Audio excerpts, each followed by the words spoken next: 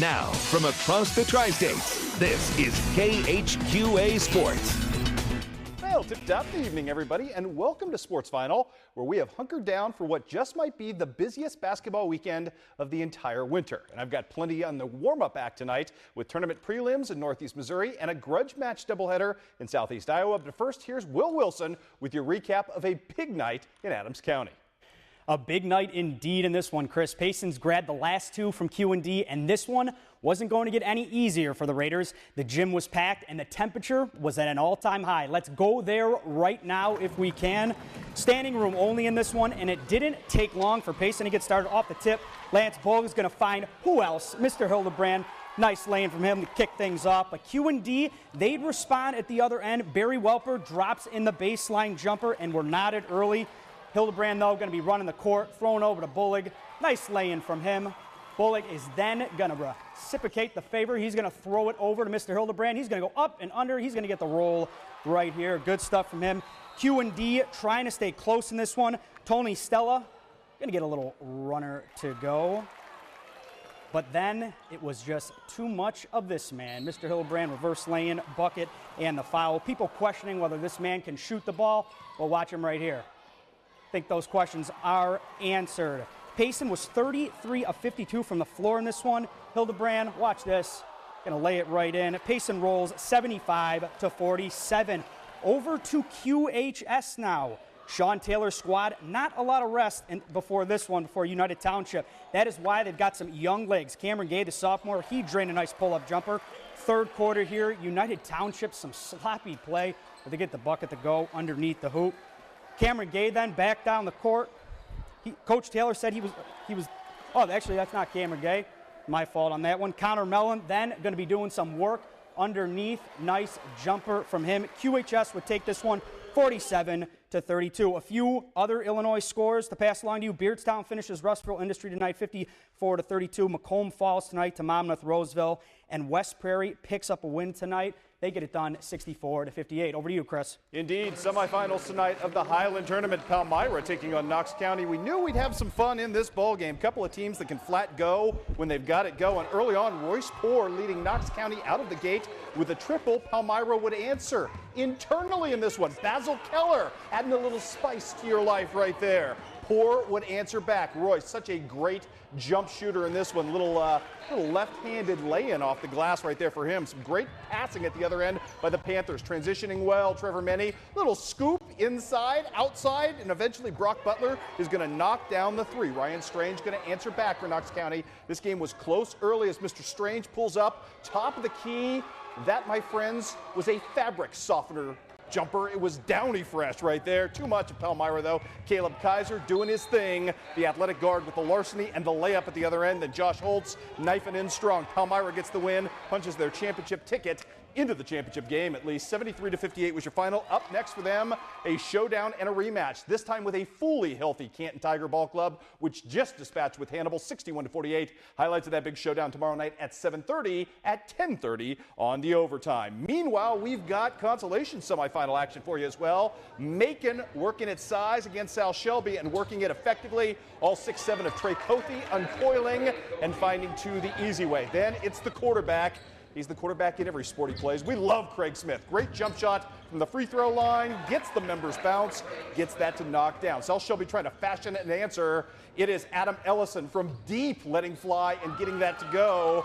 Too much of Macon in this ball game, though. Trey Cothe again having his way with the interior of the South Shelby defense. And when you're 6'7" and an all-conference caliber football player, you should be doing exactly that. Trey Cothe using all of his size, getting it done tonight as Macon gets the victory in this one over South. Final count 56 to 30. On the other side of the consolation bracket, the Highland Cougars. You know what? Great to have Austin Richmiller back healthy. Here's why. First win of the season, upset tonight of Clark County, 52 to 43. Richmiller, the Sacramento Kings fan, with 19 points in the night, in counter of Chase Bevan's 22. Let's take you to the Clopton tournament tonight. Thriller tonight in the semifinals between Clopton and Louisiana, and this is Tristan Castilla, and the big man was dominating tonight there with the oop. At the other end, though, Clopton was having none of it, trying to take out the 1 seed, the big fella, Devin Linton, outstanding offensive lineman. He's got some skills as well. So too does Jamel Shelton, and look at Clopton up early in this ballgame. Mr. Shelton completely hulking up. At the other end, though, Tristan Castilla, thank you very much, getting it done. Then Zach Richardson from the top of the key, 3-ball, center pockets, nothing but good right there. Buckets for him. And how about Dalen Green going to the cup and going strong as Louisiana hangs on to win by 2. Tough one tonight, but Louisiana checks in and checks out. 43-41 your final. The other championship semifinal tonight, Monroe City. That is Kyle Fulton closing in quickly on 1,000 career points. We don't know the exact number, but he was flirting tonight. How about Stephen Hayes starting the 3-point barrage for Monroe City tonight? He's good. And then it's the Shuck Daddy, Jonathan Shuck. Again, from the top of the key. Actually, he's going to knife in for the 2 right here. That was about the only 2-pointer Monroe City needed to shoot because Kyle Fulton was locked in from distance tonight. Simply radar-like with this one. Mr. Fulton, if you please. Pretty jumpers all about. Fulton with 3 of them in the first quarter alone. Monroe City gets it done tonight. Blows out Silex in this one. Final count was 66-46.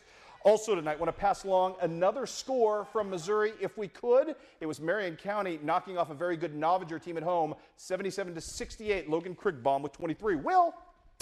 Bowling Green taking on a very tough Fulton squad. Second quarter, Wendell Stewart knocks down the open shot. Hornets would go up 10 at this point, and it wouldn't get any better. Later, more from Fulton. Rodarius Glover drives the baseline. He's going to score down low. They'd end up winning this one 69-48. Southeast Iowa, Central Lee and Holy Trinity renewing hostilities. We'll get to that in a second. Fort Madison still undefeated. Big road win tonight for Miles Winsine and company, 68-46. Now on to Central Lee. Beautiful Donaldson, Iowa. Always fun when these two teams get it together. A little hot sauce going on in this game. Two teams that don't really like each other very much. It would show, though. Central Lee, who has struggled this season, came out of the gate strong in this one. Jeremy Marshall knocking down the triple right here to get his team started. He wasn't done. How about some Tyler Bryant from the outside as well, ranging for 3. Eventually, though, the Crusaders get their game going. It's Sam Harmeyer doing his thing right from in front of my camera. The feathery jumper gets it started. Then Colin Kassmeyer working his way, right there for the easy free throw line jumper. Back and forth we'd go. Some Sam Harmeyer as well. This kid has great range and a beautiful jumper. This is NBA range, knocking that down right there like he was Eric Gordon. Good stuff for him, although Central Lee not daunted in this game. Check out Reed Shockley with the tough take and the tough get in this one. Good stuff from him. Central Lee gave a valiant effort, but Holy Trinity too much tonight. The Crusaders end up winning by the final count in this one of 53-51. Some girls scores to pass along, or at least a few of them tonight. We've got Putnam County knocking off North Shelby 42-37, and the Marion County girls get a big win over Novinger 59-30 was your final. Finally tonight, girls game. The girls all dolled up to watch Central Lee and Holy Trinity go at it. Central Lee looking to extend to 7-0 in the conference. Great start from Kelsey Bryant, who was huge, giving her team a 14-point lead early. Then look at Brittany Matheson here with the swat, the stealage, and the score at the other end. Big lead, but it would be short-lived. Is Holy Trinity going to come all the way back in this game? It starts with the freshman, Ari Randolph, returning the favor. You're going to steal from us, we're going to steal back from you. Great stuff from her. And then Kristen Brink in the second half with a great take from distance gives her team a 29-27 lead. That was all Reagan Shockley and company wanted to hear, as they would simply pull off the blow-off later. Great steal right here, and Miss Shockley going to finish like a pro at the other end. She and Josie Kirchner just letting fire in this one. Felony and finger roll right there for Miss Shockley. Josie Kirchner with a long 3. Central Lee hangs on to get the victory by 11 in this one, 54-43. And one college score for your perusal tonight as John Wood goes on the road and beats Carl Sandburg, the college, not the poet, 64-62. Shea O'Brien with a team best 30 points in this one. I promised you the busiest sports weekend of the year. It starts tomorrow in overtime with me and Will at 10:30. See you then.